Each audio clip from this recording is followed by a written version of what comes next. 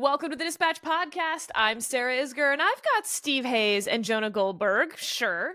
But we've got Nick Gillespie, the host of The Reason Interview with Nick Gillespie and an editor-at-large at Reason. Nick, thank you so much for joining us this week. Thank you. It's an honor and a privilege to be here.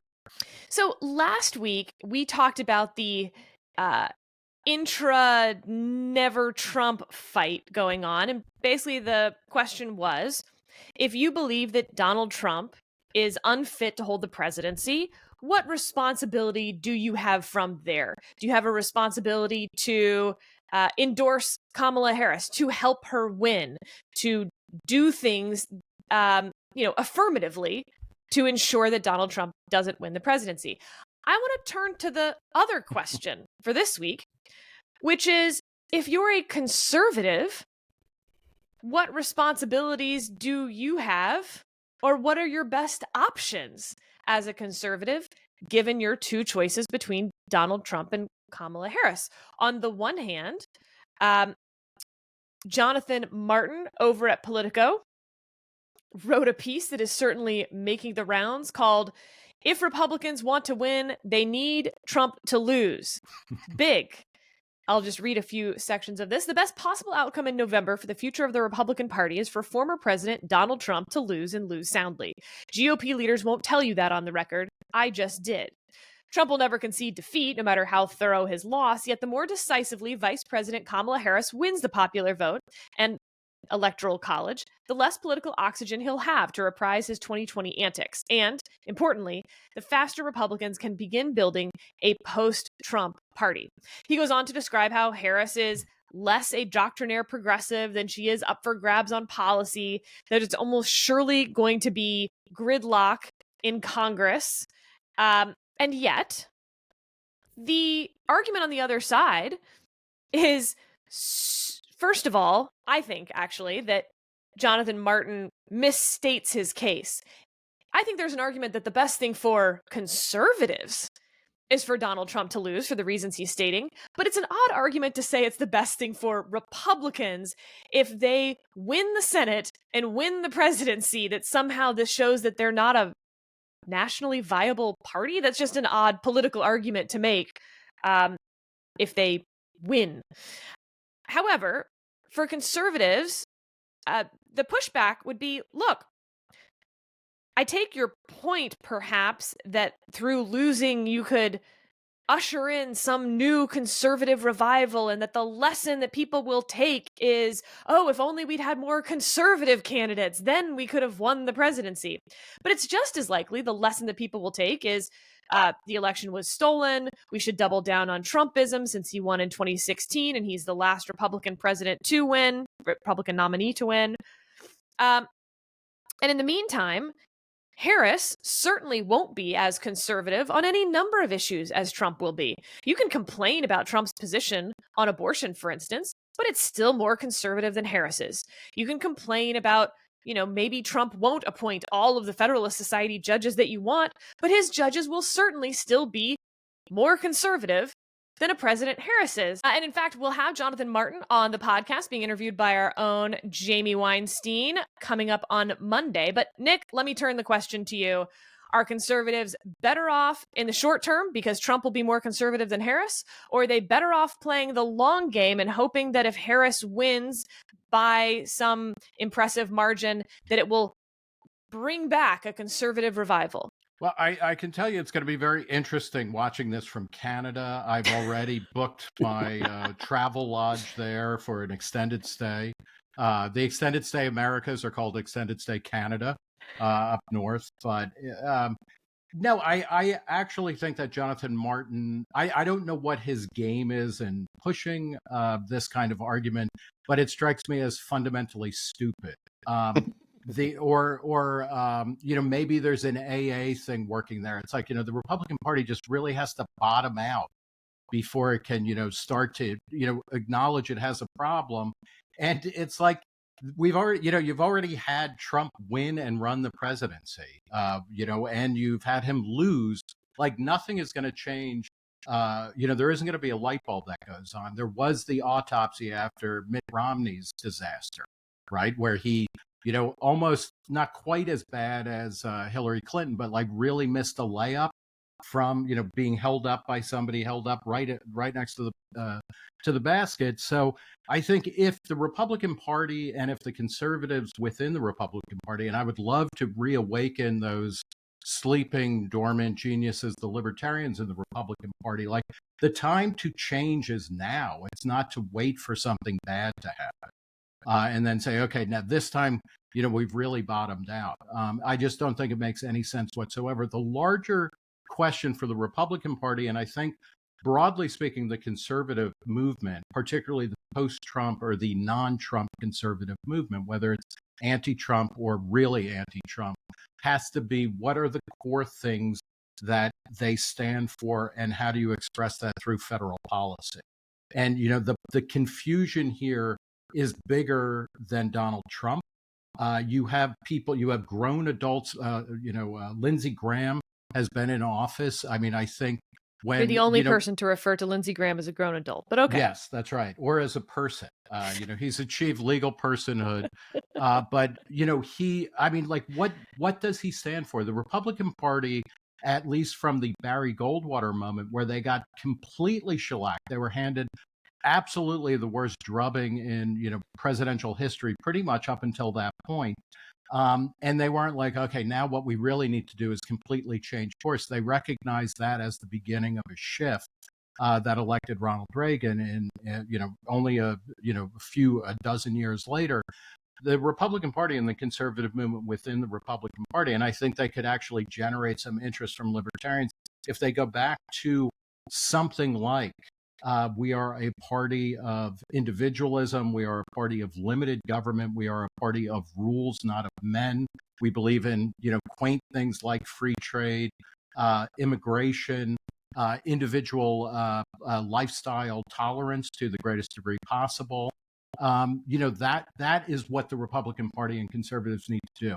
It's ridiculous to be like, as long as we hold the Senate and the House, but not the White House, blah, blah, blah. That's therapy speak for somebody who can't quite deal with the fact that they are not, they're in the middle of a car crash that is happening. And you got to figure out how do you get to the hospital? Is this sort of how libertarians have been for the last forever?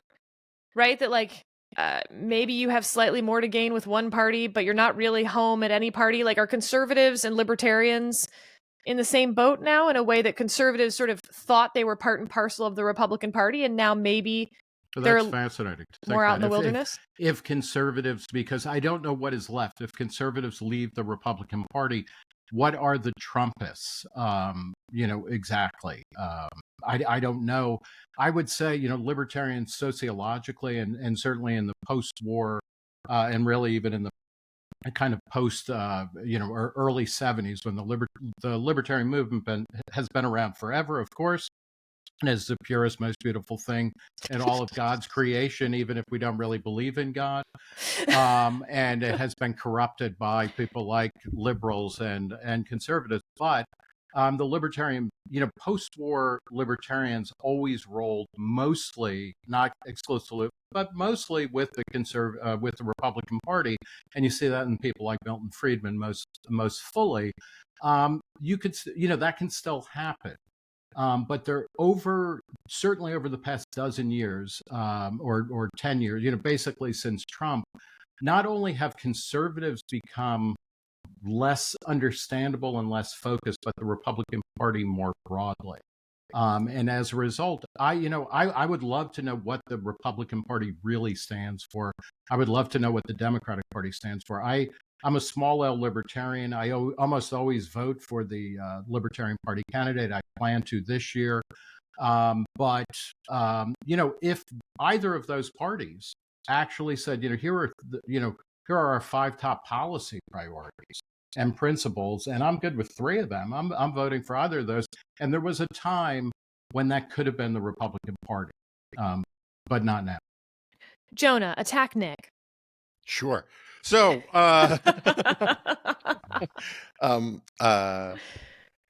it's funny. I was going to make this point about how conservatives are becoming more like libertarians of yore insofar as, and I'm jealous of the libertarians of yore because they've grown accustomed to not having nice things. Like they just simply understand that neither party is going to be their friend. They're not necessarily going to be their enemy, but they're really, when push comes to shove, if someone isn't going to be included in the party bus to Vegas, it's going to be the libertarians. And they've made peace with it. So they take their victories where they can. They make their arguments where they can. Who was the Marine, Chesty Fuller, whatever, who said? Puller, when he was surrounded, that's how he likes it, because that way he can shoot in every direction. That's sort of where a lot of libertarians have been, at least the branch of libertarianism that I am closest to, right? The sort of the reasoning crowd, the Cato crowd, not necessarily the Libertarian Party crowd, because, I don't have that much need to buy gold ingots or thumb drives of Bitcoin you want to be able to dry your own food, though, right? Because that'll last for years. Yeah. And loose gems. Anyway, so Sure. and then all of a sudden, Nick's sounding sort of like pie in the sky. The political system can be responsive to libertarians if we all do our best and try our hardest, we can make this the best yearbook ever. And I want Nick to go back to the curmudgeonly Knockian sort of quietism of yore, which is that you can't have nice things, and probably conservatives can't for a while either. And the concern for me is no one thinks that what the Republic, all right, let me put it this way. There is a ongoing debate, Nick knows about it better than I do, in libertarian world about whether or not the Libertarian Party gives libertarianism a bad name. Is that a debate? There was a debate. For sure, there was a debate. He doesn't like to talk about it in public. This is one of these things they keep quiet behind their Irish lace curtains and talk amongst the family, but it's true. And I have these black eyes because I fell down the stairs. I'm very clumsy. Don't make the fall down the stairs joke. I literally fell down the stairs 2 nights ago and have the bruises and broken toe to prove it. Yeah, we're supposed to believe that. All right. So, and then, wow. What I worry about, though, is like the stakes of libertarianism being poorly understood aren't that profound politically. When you say, what will the GOP be if real conservatives leave it? It'll be the conservative party. And what defines conservatism in this country for a normal American will be whatever the Republican Party does. Not what National Review says, not what, the American Enterprise Institute says. It will be defined by the actions of Donald Trump and the Republican Party for the near future. And I mean, to this day, every 20 minutes, someone asks me, when am I going to be a conservative again? And the only way that question makes any sense is if you interpret it as, when are you going to support Donald Trump and the GOP? Because they can't point to any position where I've really changed profoundly, or certainly not heretically, on conservative philosophy or conservative policy stuff. It is the working definition for talk radio, for online people, for Twitter, for social media, for most of the institutions is whatever the GOP stands for today, because the GOP is supposed to be synonymous with conservatism and the Democratic Party is supposed to be synonymous with progressivism. And I think that is a profound danger for the country if reasonable conservatism is seen as sort of extinct, and the working definition of it is a sort of statist populist nationalism. Okay, so Steve, I know where, at least I think I know where you fall on this debate in terms of what conservatives should do in this election, that supporting Donald Trump, even though he's more conservative than Harris, or will do things that are more conservative than a President Harris, doesn't justify, like, that won't save the conservative movement or anything like that. But the premise is still true. Donald Trump will do more conservative things than Harris. So defend yourself. Yeah, I'm not sure. I mean, I suppose that's true. A lot of it depends on how we're defining conservative these days. But I've been making an argument for a long, long time that there's no small government major party in the United States anymore. Effectively, what you have is two parties that are basically making, different versions of sort of pro-statist cases. It was the case for a while that Republicans were much more sort of as an institution dedicated to reducing the size and scope of government, or at least rhetorically talked about reducing the size and scope of government. And I think that lasted through the end of the Tea Party. And then Donald Trump came around, and, he didn't really he talked about being conservative. I mean, he I think pretended in certain ways to be conservative because he thought that would get him the Republican nomination. But remember, it was all the way back in the 2016 context that Rush Limbaugh, who for a long time had been regarded as sort of the most influential conservative, or one of the most influential conservatives in the country, began talking about how he really was a nationalist more than he was a conservative. And, he was a pragmatist, and he had that one long rant sort of redefining what he was all about. I mean, National Review had put Rush Limbaugh on the cover, saying he was the father of modern conservatism. I mean, Jonah, I won't get that exactly right, but something to that I think it was the voice of the opposition, or something like that. Yeah. I mean, we're so far from that over the past decade. Our Nick had a really terrific newsletter last week. Let me see what the title was. He called it Harmonic Convergence. And he talked about the ever blurring policy differences between Republicans and Democrats broadly, and between Kamala Harris and Donald Trump specifically. And it was brilliant. I mean, the opening I thought was brilliant. He talked about Donald Trump now being the abortion warrior, Kamala Harris being the border hawk. I was in Wisconsin for the past couple of weeks, and you can't turn on a television without seeing this Kamala Harris ad in which she really does pretend that she is tough on the border. I mean, she's now in favor of the border wall, which she once said was, against all American values. But to the point, Steve, which candidate will be more into border security, Trump or Harris? You got to say Trump probably will. And which candidate is going to be more in favor of more restrictive abortion policy? It's got to be Trump. Yes, the two seem to be running to the center rhetorically on every major issue. But if you're a conservative and actually want to see the more conservative candidate win, that's still got to be Donald Trump, right? Yeah, I mean, I guess, and this goes to take us full circle back to Jonathan Martin's piece. I mean, this is sort of the difference in how we're looking at this. On the one hand, those are short-term calculations, right? I mean, okay, do you support Donald Trump because he might be marginally more conservative on the following 5 issues than Kamala Harris is? Sure, maybe. I mean, I think that's how a lot of people are going to go into the election, make decisions. And there are other people, and I've said this before, who are going to look at what Kamala Harris wants to do, for instance, with the regulatory state, and look at it in the context of their own small business and say, I can't be for that. Period. I can't be for that. It would ruin my business if I vote for that. So I'm going to vote for Donald Trump. But I think Jonathan's piece, which I thought was actually a very good piece, taking this longer view, he was channeling Republicans that he's talking about. And Lord knows we've talked about this same group a lot on this podcast. These are the Republicans who will tell you privately, man, Trump has to lose, Trump has to go. This is terrible for the Republican Party. It's bad for the country. And then they'll go out and support him and give speeches on his behalf. He's talking to those people. And I think what he's doing is saying, in effect, they believe, these people who are out, in some cases, touting Donald Trump on the campaign trail, believe that the long-term health of the Republican Party, and by here, I think you're right, we can substitute in sort of old school traditional conservatism.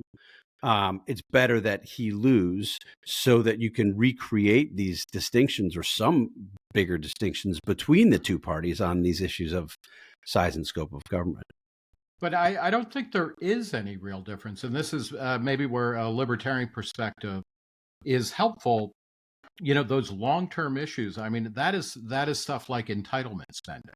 And the Republican Party, under conservative leadership, as well as whatever Trump is, or whatever you want to call him, they're like, we are not touching entitlement spending. We are protecting that no matter what. They are. I mean, that wasn't the case, though. Like from 2011 through 2015, Republicans included in their budget year over year pretty significant entitlement reform driven by Paul Ryan. Yeah, I give them credit for that. We can relitigate that. Anything that Paul Ryan wanted to do about all of that stuff would happen, post 2050 and things like that. There was never a philosophical discussion front and center to say, you know what, entitlement spending is unsustainable and actually unethical, and we need to change how we help people in their old age or people below the poverty line to get health care and basic living and things like that. I think that was just a kind of time buying move. In any case, I agree with you broadly speaking that the Republican Party rhetorically was different before and after Trump. But I think a big part of the problem, and this is what needs to really be faced, is that the Republican Party under George W. Bush, who left office as the least popular president, up until that point in history with modern polling, he absolutely, I wrote, when he left office, I wrote a piece for the Wall Street Journal. Bush destroyed belief in, that the Republicans believed in limited government and faith in government. That's the problem. This is not just a rhetorical issue. You've had in the 21st century Republican conservative presidents who grew the size, scope, and spending of government while they were saying they weren't. And they hollowed out all kinds of trust and confidence in the government's ability to do anything, which in a short-sighted vision, I like that, because for many, many years, this is the biggest shift in my ideological kind of makeup, is I thought if we could show people that government wasn't very good at doing things, that would be the precursor to really changing the way we fund government, the way we conceive of it. It doesn't do that. It just creates a low trust society where people try to use the government as an ATM to get exactly what they want. And I think it's that reboot within the conservative movement, which would make it more libertarian and in broad framework, not in specific issues, to say, you know what, we recognize that we need a fundamentally different approach to politics that emanates from the idea that the government should be limited and it should be doing fewer things, but it should be doing those competently. I don't think waiting until Donald Trump is safely buried and Baron Bond is, getting a graduate degree and, at Oberlin or something like that. Waiting for that it's not going to change anything. The problem with the conservative movement and in the Republican Party is right now.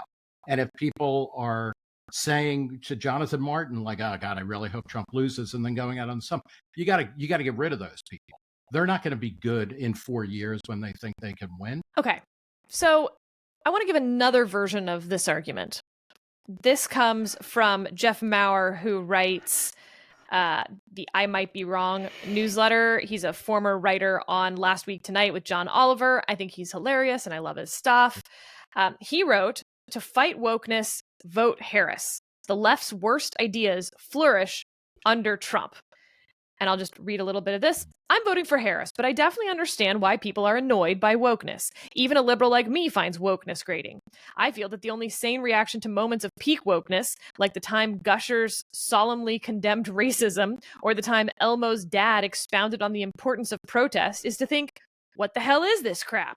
Wokeness might actually be worse for normie liberals because we tend to hang out in highly progressive spaces. In practical terms, a rancher deep in MAGA country is about as affected by wokeness as he is by Komodo dragon attacks. But liberals often work in jobs where we have to wonder about how many letters we need to add after LGBT in order to avoid an afternoon in the HR gulag."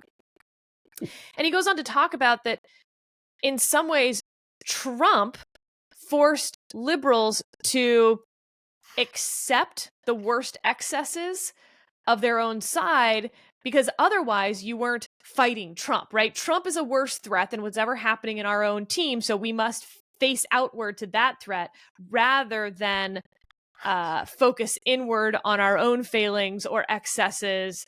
And he gives many, many examples from his own personal experiences of writing on Last Week Tonight during the Me Too movement, these are the types of decisions that allowed wokeness to surge. Liberals bit our tongues, and that's on us, but we did it in response to the climate Trump created. Trump boosted wokeness by nurturing the far left narrative about America's awfulness and by sapping the liberal will to criticize far left ideas. The result was not unlike the koala bear's unlikely conquest of Australia. Ample nourishment and few predators allowed them to thrive despite being one of the most objectively ridiculous species on the planet. Okay. Again, I find his writing quite charming. I get that might just be a thing for me. But look, his overall point is liberalism has done much better with Trump as a unifying enemy and force and narrative. And Jonah, I think I've heard you make this point plenty of times. So if you vote for Harris, it will undermine progressivism from the inside? Like winning will actually be losing for them? How much of this do you buy? A lot. I've been saying for a long time, I think one of the problems in our politics today is we view the presidency in the same way that like sort of 1600s English people viewed the throne. Like to have a Protestant, for Catholics to have a Protestant on the throne was just petting the cat backwards on all things metaphysical and psychological. You just couldn't handle the idea of not having a co-religionist on the throne, and vice versa. If you were a Protestant, having a disciple of popery on the throne just was a record scratch, unacceptable kind of thing. And people seem to believe that if we have someone from our team in the White House, then we win things out in the universe, and it doesn't actually work that way. Parties that are stuck with the actual responsibility of governing often come out the worse for wear because they have to actually follow through on things. And look, I mean, the Jimmy Carter's presidency wasn't great for the Democrats.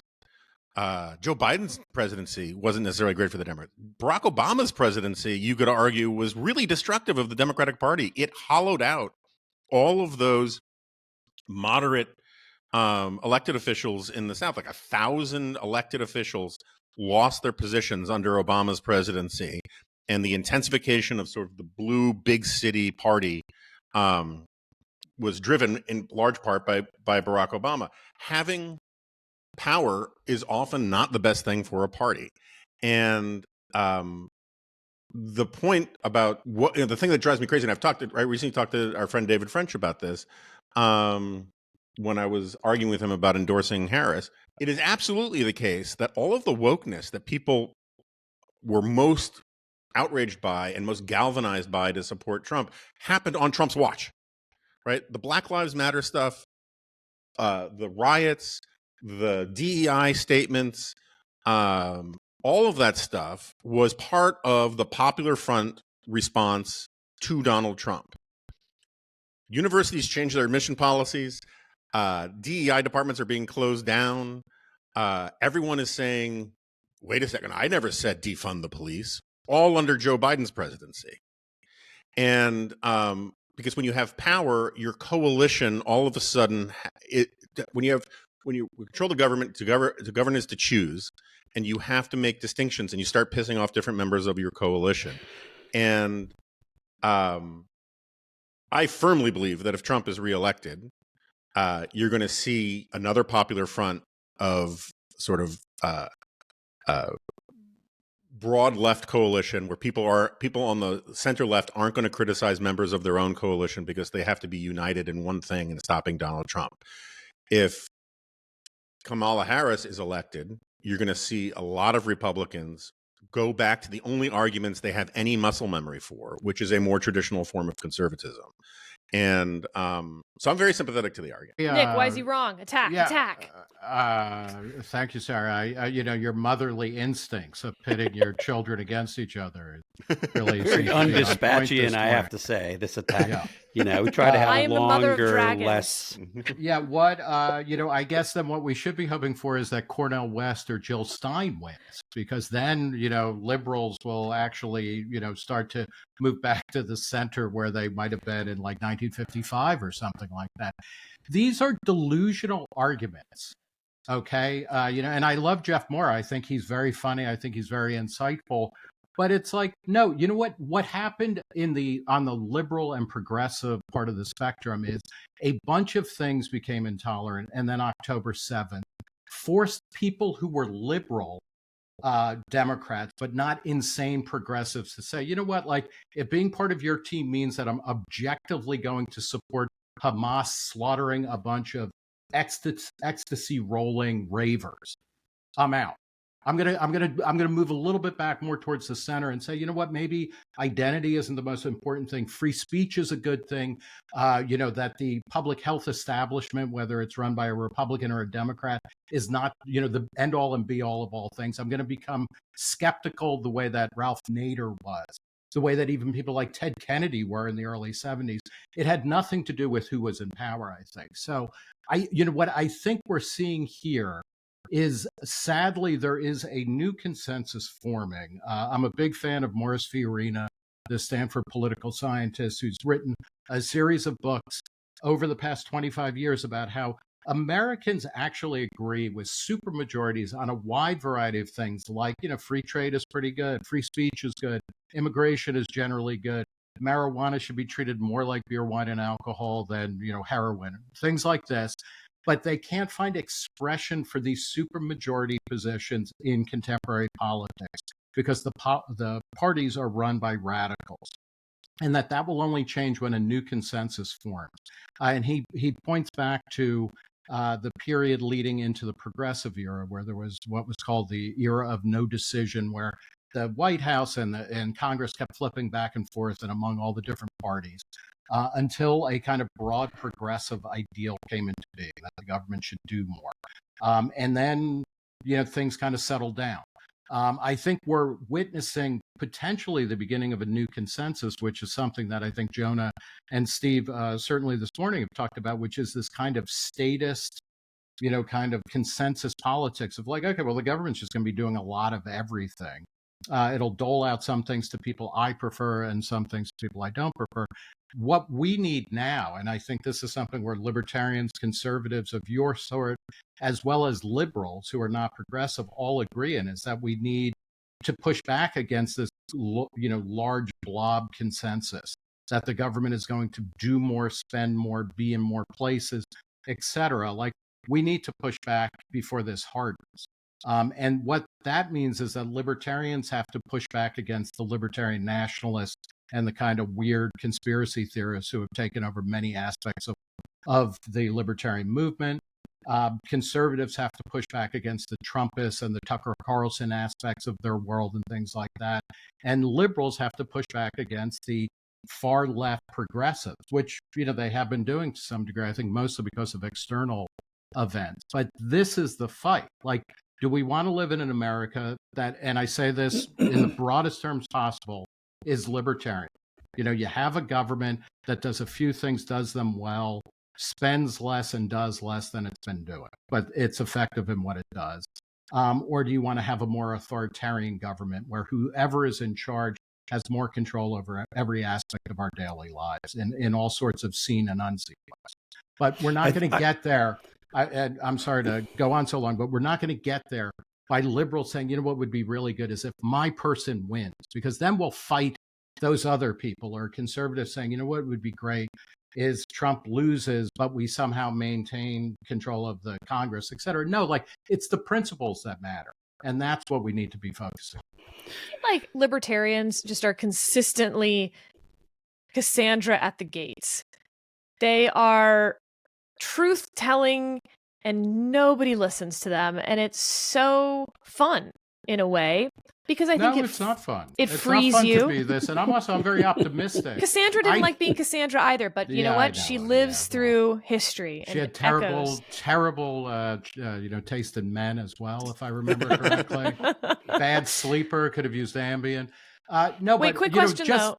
this morning, I'm like super optimistic about the future because I think in very broad terms, things are going well. The modern world is good and it's getting better, but we need to, so I'm not a Cassandra, and I'm not, I just tweeted something this morning about how the only real inflation over the past 20 years that matters is threat inflation. If it's not microplastics, then it's, it's AI or it's, whatever the hell, right? What we need to be pushing back everywhere, if we believe in America as like a good country where you come here or you're born here and you get to live your life kind of how you want and you innovate and create a great new future, we need to shrink the size, scope, and spending of government. That's libertarian, but it can be Republican, Democrat, liberal, conservative, whatever. Can I just ask a very quick question on what it means to be a libertarian? What percentage of being a libertarian do you think is like the vibe of hating like a team sports in junior high, or like reading Ayn Rand when you hate the popular kids? And I know that sounds funny, but like I kind of mean it, because practical libertarianism, as you say, is adjacent to conservatism, and yet it can feel very, very different. And so, I don't know, we've talked about this before, how much of politics was never about policy and vibe-based. How much of libertarianism is vibe-based? I think exceptionally little. I want to point out that my high school, which Catholic high school in Middletown, New Jersey, which actually went out of business because it was such a crappy school, and it also graduated Brian Williams, the great fabulous of NBC and whatnot. I was the captain of my high school soccer team. So this idea that, all libertarians are on an Adam Lanza scale, where we're always on the outside looking in, is just a lie and it's bullshit. It's actually more something that Jonah is the one who's constantly talking about Albert J. Nock and the remnant, and I want to be the hermit who nobody listens to. I'm Cassandra, but not a trans Cassandra, because that would be bad, and I don't like shopping at Target for all my clothes, whatever. No, it's like libertarianism is American and it's common sense, right? That's all. And it's positive and optimistic. It's attraction to me. It is truth-telling in that it shows. So if libertarianism got super popular and everyone wanted to be a libertarian and you controlled one of the major parties, do you think you'd still be a libertarian? Absolutely. I don't walk away from all I want to do is be able to travel freely, hire the people I want to hire, speak my mind, do more drugs than are common, or than are legally acceptable at this moment, not to the point of distraction, and make sure that poor kids, people who don't have parents that are well situated have the opportunity and the option to fully engage in society. This is not radical. It's common sense, and I think it appeals to all sorts of people. This is the fight. Do you believe in that America, or do you believe in America where it's either Donald Trump or Kamala Harris or Hillary Clinton or Joe Biden? But everything J.D. you're saying Vance, is amazing. So why isn't it popular? What? Why isn't libertarianism popular then? I think it is when it's presented in these terms and the policies that we talk about. The world is vastly more libertarian than it was when I joined Reason in 1993. Yeah. So and yet the two parties are becoming more statist, not less statist. Yeah, but this is also because it's not a zero-sum game in the sense of, the government can grow, and that's a bad thing, and we need to fight that. But it doesn't necessarily mean that my individual ability to live how I choose shrinks. It's not all zero-sum. So just because these are very old arguments, as Nick knows, and we've had them many times. Yeah. Let's stop the clock in 2015 before the Trump stuff happens, right? Conservatives always wanting to stop the clock. I know. I knew that you're going to jump on that, but I'm just trying to make a point about the larger sociological reality, which is that there were in fact, and I think they still are, but let's just say in 2015, tens of millions of libertarians in this country. They don't call themselves libertarians. They mostly call themselves conservatives. Some of them call themselves liberals. And, in the conservative intellectual movement, conservative politics, for most of our lives, when you talked about a conservative economist, you meant a libertarian economist, right? Tom Sowell, Milton Friedman, you go down a list, right? Friedrich Hayek, obviously. And when voters voted as if they were, when libertarians would go through voting behavior and voter attitudes and stuff and say, look how libertarian these people are, they'd be largely right, because the libertarianism that Nick, when he's the front man for libertarian, is talking about is really just classical American liberalism, consistent with the founders, with some improvements and inclusion for outgroups that is all to the good and all that kind of thing. Where I think Nick's wrong on all of this is where he fully rejects Sarah's premise, insofar as, while there are millions and millions and millions of people who have libertarian attitudes about all sorts of things, because America is a liberty-loving people, we are a liberal culture. Sorry, Patrick Deneen. Sorry, post-liberals. You can come up with any theory you want about why John Locke was wrong, and that therefore the world is going to transform into an ultramontane Catholic, confessional state. It's not going to convince normal Americans, right? Because normal Americans are just Americans, and we're a very liberal society, in the classical liberal sense. The people who define themselves as libertarians are self-selected as a different group.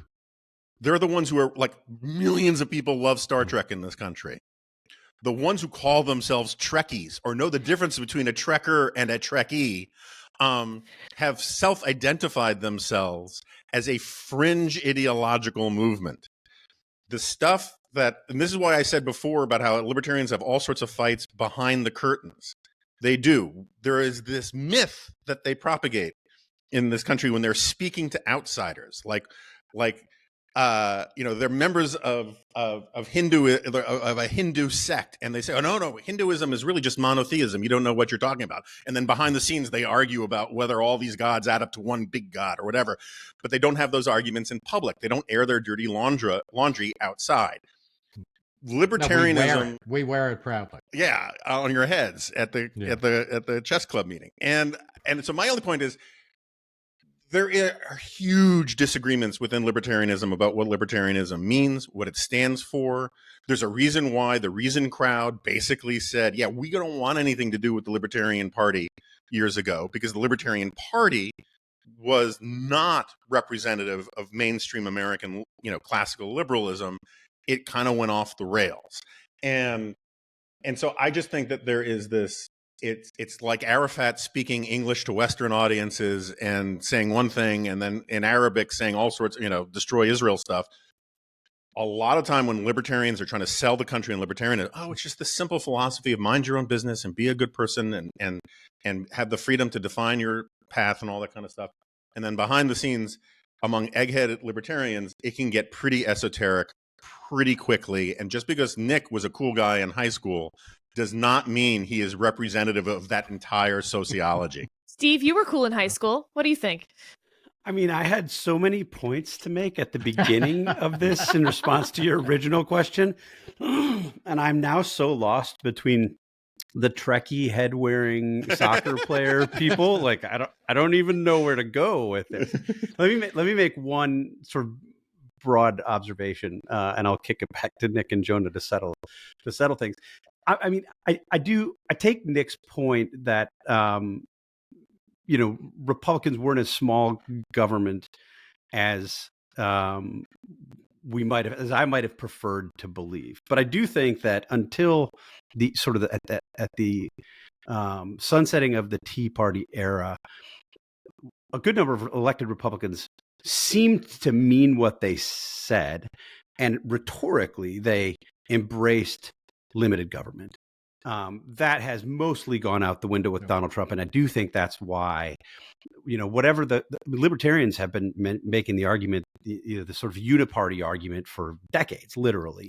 And I was always pretty skeptical of the argument. I thought, boy, you're really sanding over a lot of important differences between Democrats and Republicans. I still believe that until 2014, and I think now, the differences between the parties are increasingly blurred. Whether you're talking about trade, whether you're talking, I mean, you can go down the list. I don't need to revisit the list.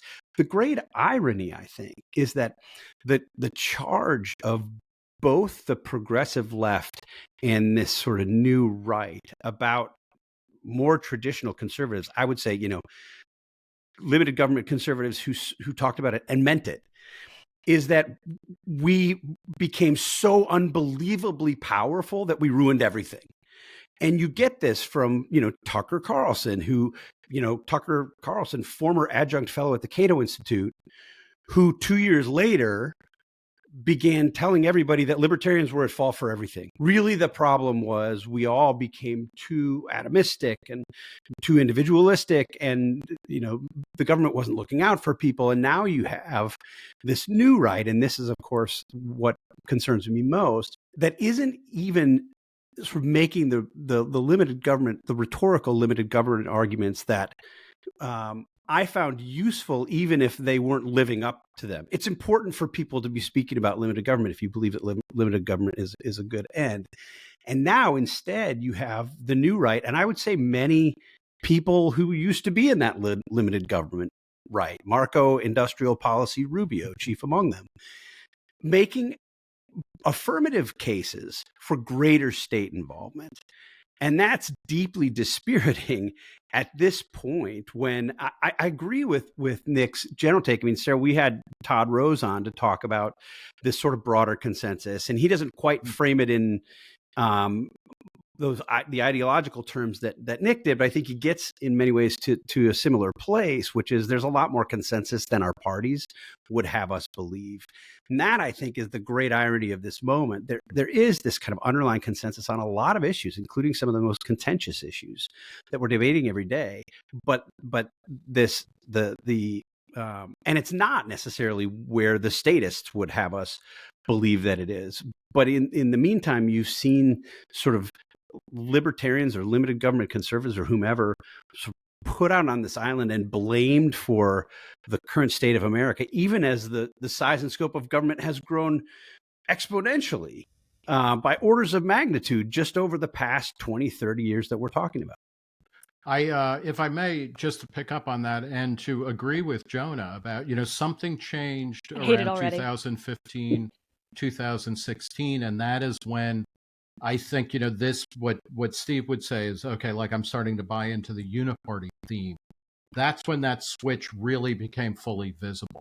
Libertarians, in our fever dreams, we're seeing it, going back to, when the anti-federalists, got written out of history or something like that. Like, what's the difference between Hamilton and Burr? They're the same guy, right? That there was a moment in, I think it was 2014 or 2015, the New York Times Magazine had a cover story that followed me and Rand Paul and a bunch of other people. And the title was, "Has the Libertarian Moment Finally Arrived?" ? And it's the answer is no, not in the way that any of us who were involved in that, and Matt Welch and I created that term, what we wanted.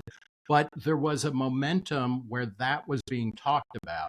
And that is gone now in favor of two types of major parties where the only thing that matters is power and how much you exercise it over people. The idea of principle has really vanished. And for that, I do think libertarians somewhat are partly culpable, because we did push the message that Ronald Reagan rode to power, which is saying, that that government isn't the answer to your problems, government is the problem. We won that argument thinking that would usher in a more, a better, more realistic, limited view of positive government. And it did not. What it unleashed in many ways, I think, and particularly among younger people who don't think about history perhaps as much as people who lived through the Cold War did and World War II and things like that. It's no, there is only power. And that's what politics is about. It's not about getting out of people's lives. It's rather dictating how people live through the increased use of power and force. And this is why, if I can just say, this is why, Nick, I'm with you on your sort of, I did not know that we were going to get Sunny Nick today, but I love Sunny Nick. This is great. I'm with you on the broader sort of optimism on sort of the massive steps in human progress that we've seen over the past 20, 30, 40 years. I mean, I would say largely due to the kinds of innovation that you see when you have free markets.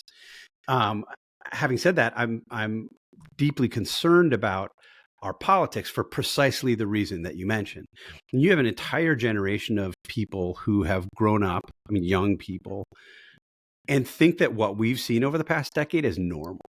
So they look at the Republican Party and they think that it's really just about seizing power to be able to do the things that Republicans say that they want to do, or in Donald Trump's case, punish his enemies, right? I mean, and they think that's fine and normal. And it's not at all fine. It's not at all normal. And most especially, what they've missed is any real case from any leading politician for limiting the size and scope of government. I mean, you just don't see that anymore from the two major parties. And it worries me that that's what this younger generation, and here I sound like, the old man wagging his finger. Keep yelling at the clouds, kids Steve. These days, kids these days. But I mean it. I mean, this is what they think politics is.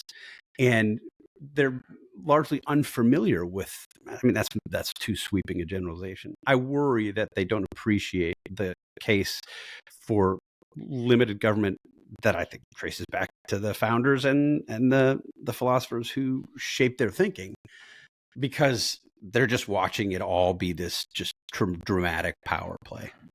Okay. I want to spend our last few minutes on a little bit of not worth your time, ?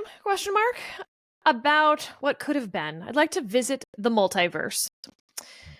This week, or at least in the last couple of weeks, we've seen RFK Jr. drop his third-party bid and endorse Donald Trump, enthusiastically endorse Donald Trump.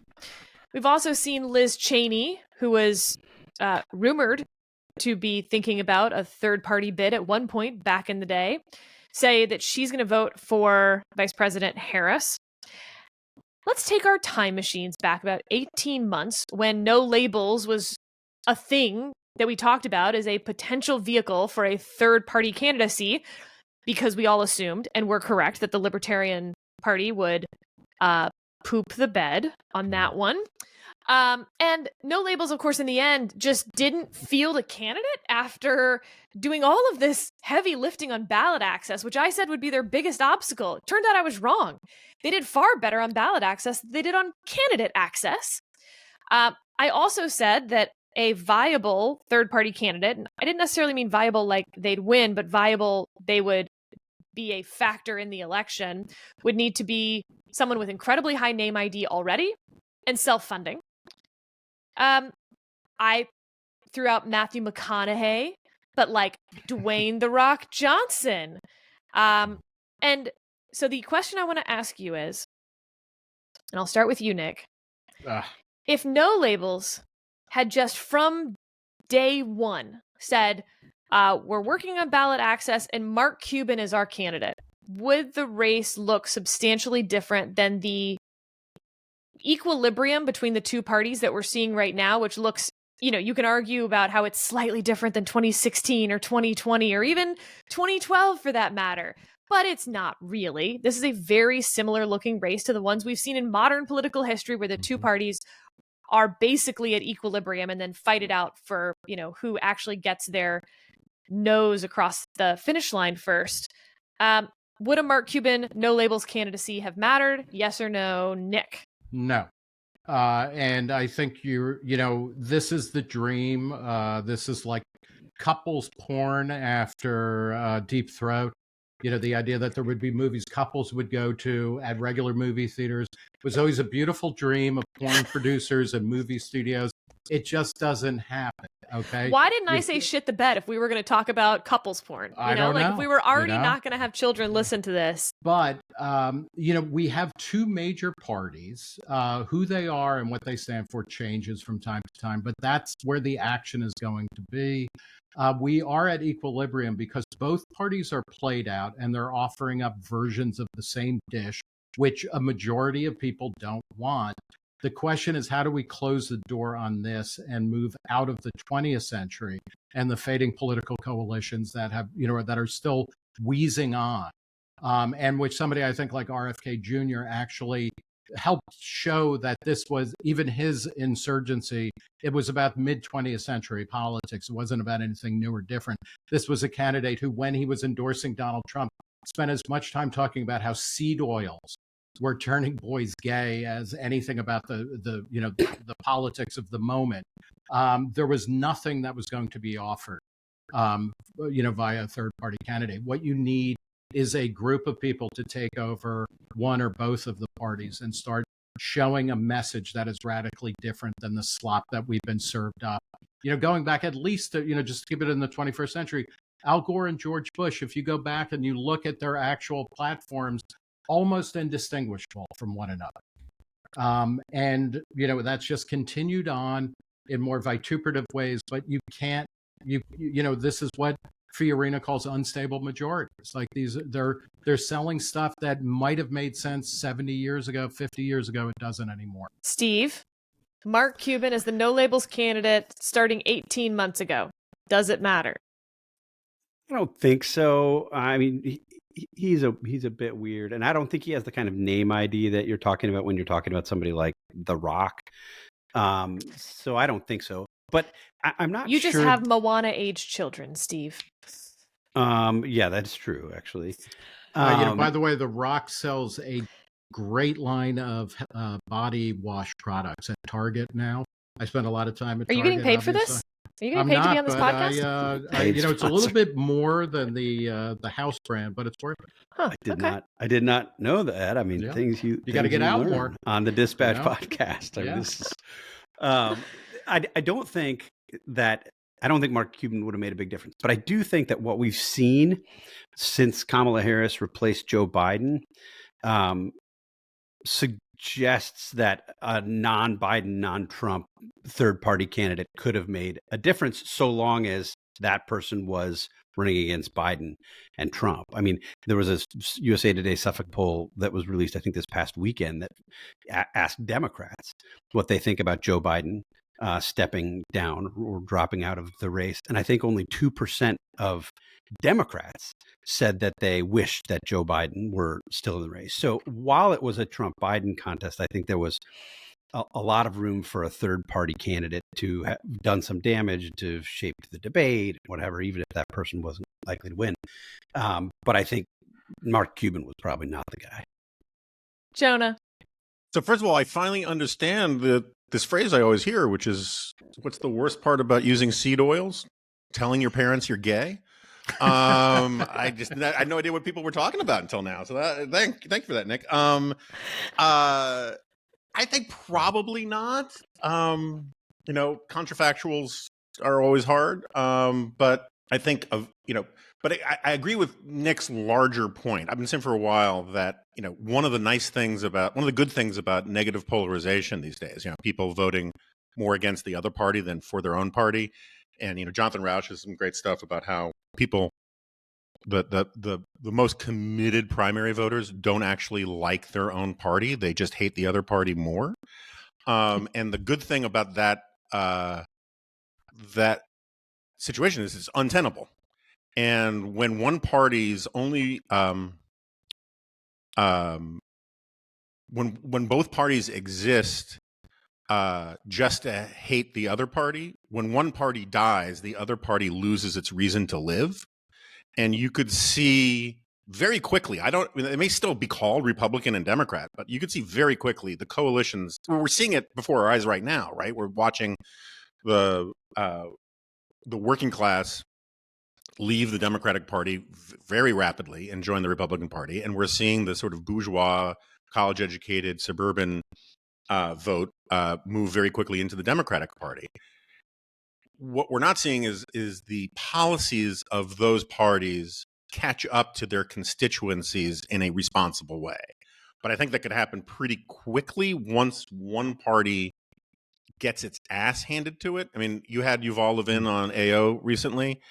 If one party just realized that if they screwed the base of their party a little bit, in order to become a 60% majority party, which is the norm in American politics going back 200 years, just not in the 21st century, you could see the other party completely implode or revamp itself in all sorts of interesting and good ways. I think we are tectonically due for that kind of political earthquake. Whether things are better on the other side, I am a conservative, and so one should always assume things can get worse. And but I'm kind of a happy guy, so cheer up, for the worst is yet to come. which was in fact one of my yearbook quotes. I agree with Nick that this is unsustainable, and in my heart, I kind of think it would be better if the parties imploded and reconstituted themselves as at least more representative of the median voter. And I think that might okay. be Can I jump in with something that's very much worth our time, just real quickly as we're wrapping up? I want to point your attention, Nick and Jonah, to Twitter and Sarah's feed, because as we are talking, you would notice that Sarah tweeted random thought. If No Labels had picked Mark Cuban as its candidate 18 months ago, it's hard to overstate how wildly different this race would look right now. So as we're talking, she's not really interested in our answers. She's soliciting answers from the Twitterverse, and she puts out this tweet thread about this while we're talking. Do you have any idea what either Nick or Jonah or I said in response to your questions? Absolutely. And I was about to tell you all you were wrong, with Jonah coming closest to the right answer, because Cuban jumping in the race 18 months ago, when Trump and Biden were at their sort of lowest popularity, could have gotten up into what I think would be like the 30s. The polling then would have been incredibly error prone and volatile. And so then you're in sort of no man's land, per kind of Jonah's collapsing of the two parties when there's any real threat to them. I don't know what happens from there. I don't know how they try to prevent Cuban from getting on the ballot, for instance, and sort of what joint efforts like that would be like, although they certainly tried already with just No Labels or even RFK generally. The debate doesn't happen as such. Both parties might have considered replacing their nominee at that point, or neither. And who knows how Cuban would have positioned himself, how much he even would have gotten pressed on policy, a la Harris right now, where he becomes sort of a vehicle for everyone's hopes and dreams of just simply not being Biden or Trump. So I think No Labels made a huge mistake dilly-dallying around trying to find someone more, like a Larry Hogan or Joe Manchin, like just all wrong. They needed to have a candidate first and then go. Yeah, but, we had that with Ross Perot in the 90s. And it's not, Ross Perot obviously had an impact on the two elections that he was part of, but he did not fundamentally change anything. I would argue that he would have, but for the meltdown. Like, he was actually polling very well. Then he had whatever that was. Yeah, I mean, this is kind of, I'm a big Pete Rose fan, and I just watched a great HBO special about Pete Rose. The very things that made him such a wonderful baseball player are exactly the same reasons why he can't bring everything's himself a Greek tragedy into the Hall of Fame. So but I think that Ross Perot's a really interesting example, because obviously self-funding, but not high name ID. Yeah. But he sort of proves that either, the third-party candidates that have done well have had these sort of fame, big personalities, or they've run on a very specific policy at a time where the two parties aren't, for some reason, capturing some issue that people want to say that they care about. Ross Perot obviously falls into that latter category. But then it, and again, because No Labels is kind of a joke when you get down to it. They've never been successful for all of the reasons that you've mentioned. They dilly-dally and they think everything is structural, or no, maybe it's the individual or whatever. What Ross Perot did was he ended the possibility that being anti-NAFTA was a viable position. Because it was between George H.W. Bush and then especially Bill Clinton and Al Gore in a famous debate on Larry King's show, drove the nail through, the argument that Ross Perot was making, that NAFTA and globalization and trade was the worst thing that could ever happen to America. The Republicans and Democrats, absolutely as two separate units, crushed that. Neither of their candidates represented it. And by the end of the decade, we had entered a very good era of global trade. We can argue about, what's happened since. So the dream of the multiverse is always that somebody is going to levitate down and save us, or rise up and save us. And it's not. We've got two major parties. It's always been that way for a lot of, reasons that aren't going to change. Those parties need to get better. And I like what Jonah is talking about to remind us that the 60-40 split is more common. And what you need is a party that is going to, push to become that 60%, not by becoming mushy and compromised, but by actually representing what most people agree on. Nick Gillespie, host of The Reason Interview with Nick Gillespie, editor-at-large at Reason. Thank you for attacking Jonah and Steve the way that we needed. Always willing to do your bidding, Sarah. My pleasure.